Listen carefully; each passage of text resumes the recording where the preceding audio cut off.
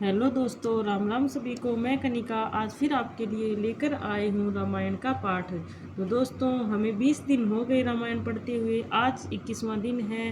तो अगर आप सभी ने मेरी पिछली वीडियो नहीं देखी है तो प्लीज़ दोस्तों पिछली वीडियो सुने, तभी आपको रामायण पाठ का आनंद आएगा। तो आइए दोस्तों, आज के पाठ की करते हैं शुरुआत। जय सिया राम, जय बजरंगबली।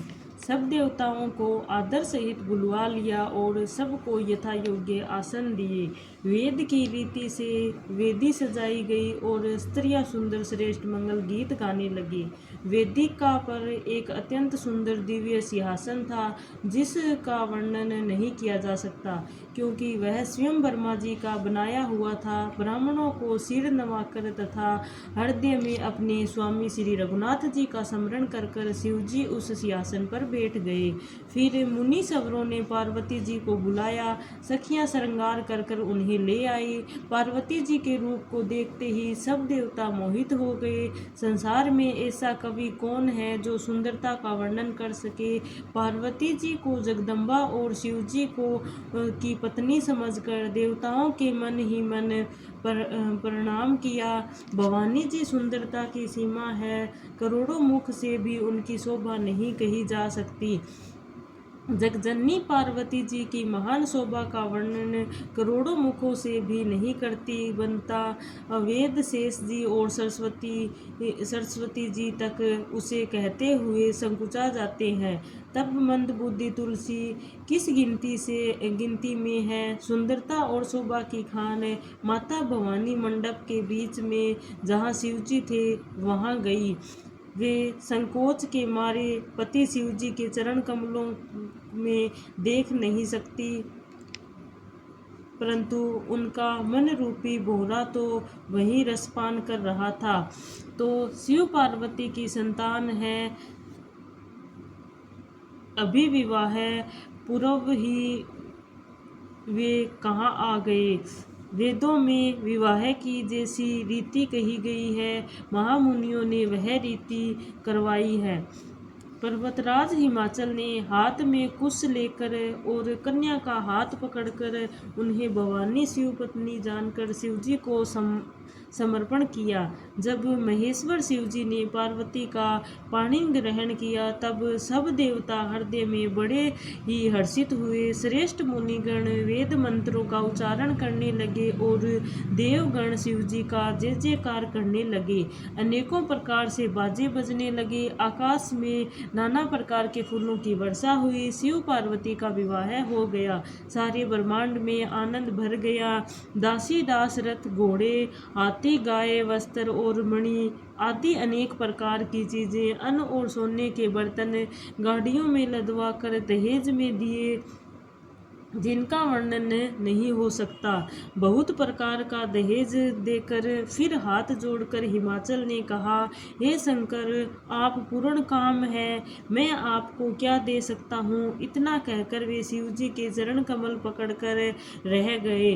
तब कृपा के सागर शिव जी ने अपने ससुर का सभी प्रकार से समाधान किया। फिर प्रेम से परिपूर्ण हृदय मीना जी ने शिव जी के चरण कमल पकड़े और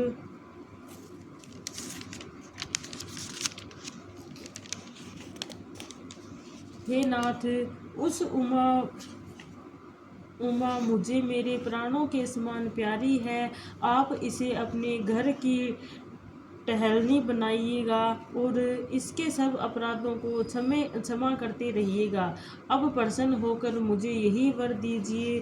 शिवजी ने बहुत तरह से अपनी सास को समझाया। तब से शिवजी के चरणों में सिर नवाकर घर गई। फिर माता ने पार्वती को बुला लिया और गोद में बैठाकर यह सुंदर सीख दी, हे पार्वती, तू सदा शिवजी के चरण की पूजा करना।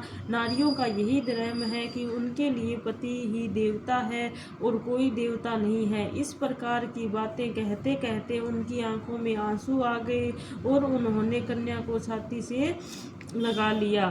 फिर बोली, विधाता ने जगत में स्त्री जाति को क्यों पैदा किया है। पराधीन को सपने में सुख नहीं मिलता, यूँ कहती हुई माता प्रेम में अत्यंत विकल हो गई, परंतु कुछ समय जानकर, दुख करने का अवसर न जानकर उन्होंने धीरज धरा। मैना बार बार मिलती है और चरणों को पकड़कर गिर पड़ती है। बड़ा ही प्रेम है, कुछ वर्णन नहीं किया जा सकता। भवानी सब स्त्रियों से मिल भेंट कर फिर अपनी माता के हृदय से जा लिपटी।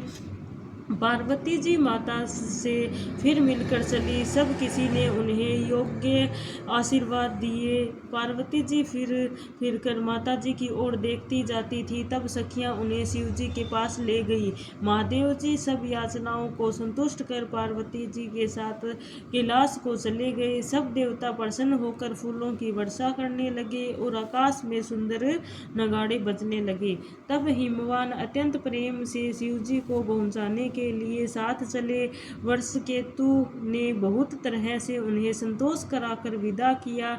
पर्वतराज हिमाचल तुरंत घर आए और उन्होंने सब पर्वतों और सरोवर को बुलाया। हिमवान ने आदर दान विनय और बहुत सम्मान पूर्वक सबकी विदाई की। जब शिवजी कैलाश पर्वत पर पहुंचे तब सब देवता अपने अपने लोकों को चले गए। पार्वती जी और शिवजी जगत के माता पिता हैं, इसीलिए मैं श्रृंगार का वर्णन नहीं करता। शिव पार्वती विविध प्रकार से भोग विलास करते हुए अपने गणों सहित कैलाश पर रहने लगे। वे नित्य नए विहार करते थे। इस प्रकार बहुत समय बीत गया। तब 6 मुख वाले पुत्र स्वामी कार्तिकेय का जन्म हुआ, जिन्होंने बड़े होने पर युद्ध में तारकासुर को मारा। और वेद शास्त्र और पुराणों में स्वामी कार्तिक के जन्म की कथा प्रसिद्ध है। यह सारा जगत उसे जानता है। षडानन कार्तिक के जन्म, कर्म प्रताप और महान पुरुषार्थ को सारा जगत जानता है। इसीलिए मैंने शिवजी के पुत्र का चरित्र संक्षेप में ही कहा है। शिव पार्वती जी के विवाह इस कथा को जो स्त्री पुरुष कहेंगे और गाएंगे, वे कल्याण के कार्यों और विवाह आदि मंगलों में सदा सुख पावेंगे। तो दोस्तों आज के लिए बस इतना ही। नेक्स्ट पढ़ेंगे कल के पार्ट में। राम राम सभी को, धन्यवाद।